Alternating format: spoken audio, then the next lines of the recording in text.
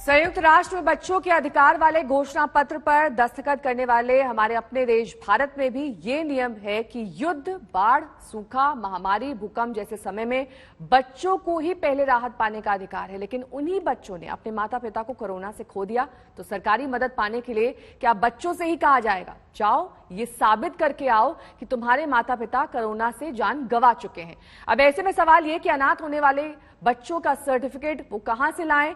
Corona से मृत्यु का प्रमाण पत्र लाने के लिए बच्चों को लाचार करने वाली व्यवस्था पर देखिए हमारी ये स्पेशल रिपोर्ट। संविधान के अनुच्छेद 15 भाग 3 में राज्य को बच्चों के सशक्तिकरण की जिम्मेदारी दी गई, लेकिन जिन्हें जिम्मेदारी मिली उस व्यवस्था ने क्या किया?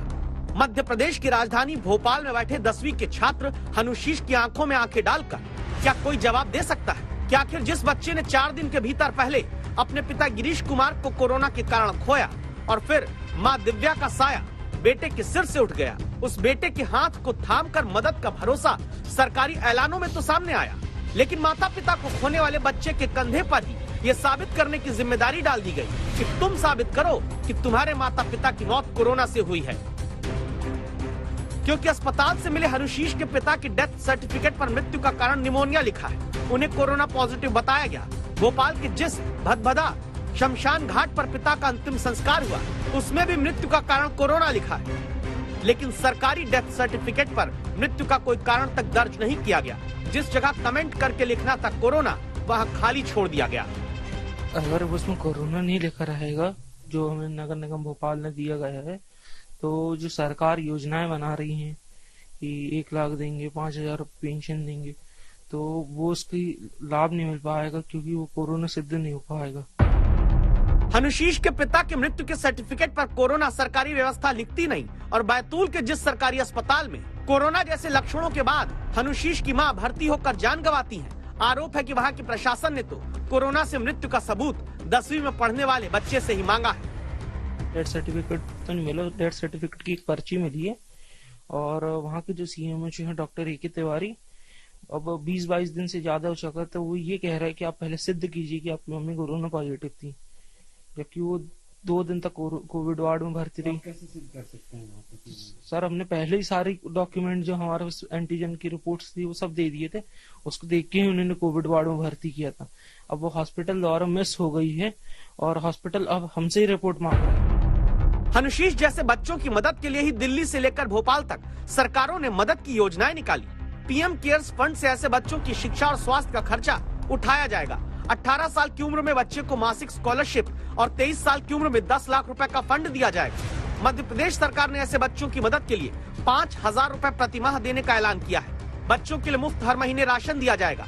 स्कूल कॉलेज की पढ़ाई का खर्चा उठाने का भरोसा दिया गया। लेकिन ये सारी मदद बच्चे तभी पाएंगे जब उनके हाथ में अपने माता पिता की मौत का कारण कोरोना बताने वाला सरकारी पन्ना होगा। समस्या जानने के बाद अब बारी है जवाबदेह लोगों तक इस मुद्दे को ले जाने की। संवाददाता हेमेंद्र शर्मा ने इस जिम्मेदारी को भी निभाया है। ये सारी बातें मध्य प्रदेश सरकार के प्रवक्ता और स्वास्थ्य शिक्षा मंत्री विश्वास सारंग से पूछी कि आखिर योजनाएं मदद करने की हैं, तो उन्हीं योजनाओं का अधिकार पाने में डेथ सर्टिफिकेट के लिए दौड़ाया क्यों जाता है? न सरकार की मंशा है, न सरकार के निर्देश हैं किसी भी जानकारी को छुपाने की। स्थानीय निकाय के डेथ सर्टिफिकेट में कभी भी बीमारी नहीं लिखी जाती थी, न पहले कभी भी नहीं लिखी जाती थी। क्योंकि ये योजना आई है तो सभी हितग्राहियों को इसका लाभ मिले, ये सरकार सुनिश्चित करेगी। कैसे करेगी सर? करेगी, आप फिक्र मत करिए, कोई दिक्कत नहीं,